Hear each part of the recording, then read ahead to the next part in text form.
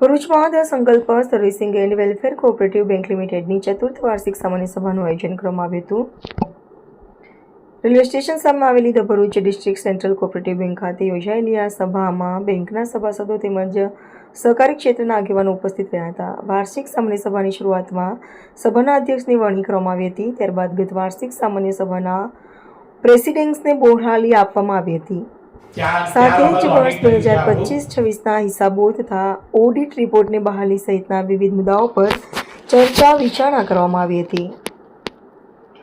સભા દરમિયાન સભાસદોના બચત ખાતા ખોલાવવા, બેંકના આગામી કાર્યક્રમો તેમજ પ્રમુખ સ્થાને રજૂ કરવામાં આવેલા વિવિધ વિષયો અંગે ચર્ચા કરવામાં આવી હતી। ઉપરાંત સભાસદોને વધુ સારી અને સુવિધાજનક બેન્કિંગ સેવાઓ મળી રહે તે દિશામાં પણ વિચાર વિમર્શ કરવામાં આવ્યો હતો। આ પ્રસંગે સહકારી ક્ષેત્રના આગેવાનો સુરેશભાઈ આહિર અતિથિ વિશેષ તરીકે ઉપસ્થિત રહ્યા હતા। તેમજ સમાજના પ્રમુખ રાકેશ પ્રજાપતિ, સંચાલક ગોવિંદ પ્રજાપતિ, પરેશ લાડ, ભરૂચ નગરપાલિકાના water works chairman Hemendra Prajapati સહિતના મહાનુભાવો હાજર રહ્યા હતા।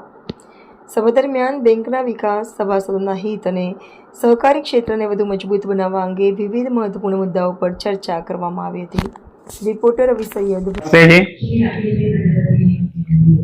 ભરૂચ જિલ્લા પ્રજાપતિ સમાજ એજ્યુકેશન એન્ડ ચેરિટેબલ ટ્રસ્ટ ના એક ભાગરૂપે ધી સંકલ્પ saving and landing cooperative society નું 30/12/2021 ના રોજ સ્થાપન થયું છે।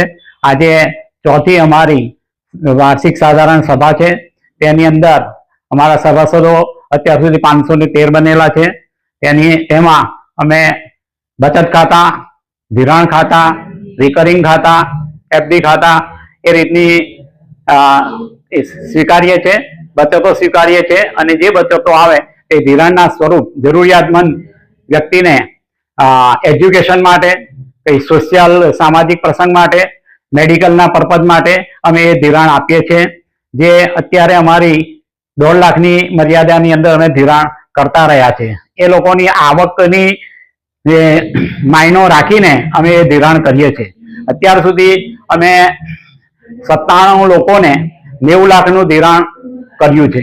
અને જે રિકવરી અમારી સારી રીતે આવતી રહેલી છે, જે રિકવરીના પૈસા વત્તા જે બચતના રૂપમાં જે પૈસા આવે તે અમે ધિરાણના રૂપમાં આપતા રહ્યા છે। અને આ રીતે ક્રેડિટ સોસાયટી સારી ચાલે છે। ચોથું અમારું ઓડિટ પણ થયું છે। ભાવવર્ગ હમણાં આપેલો છે, પણ સારી પ્રગતિ કરતી રહેલી છે।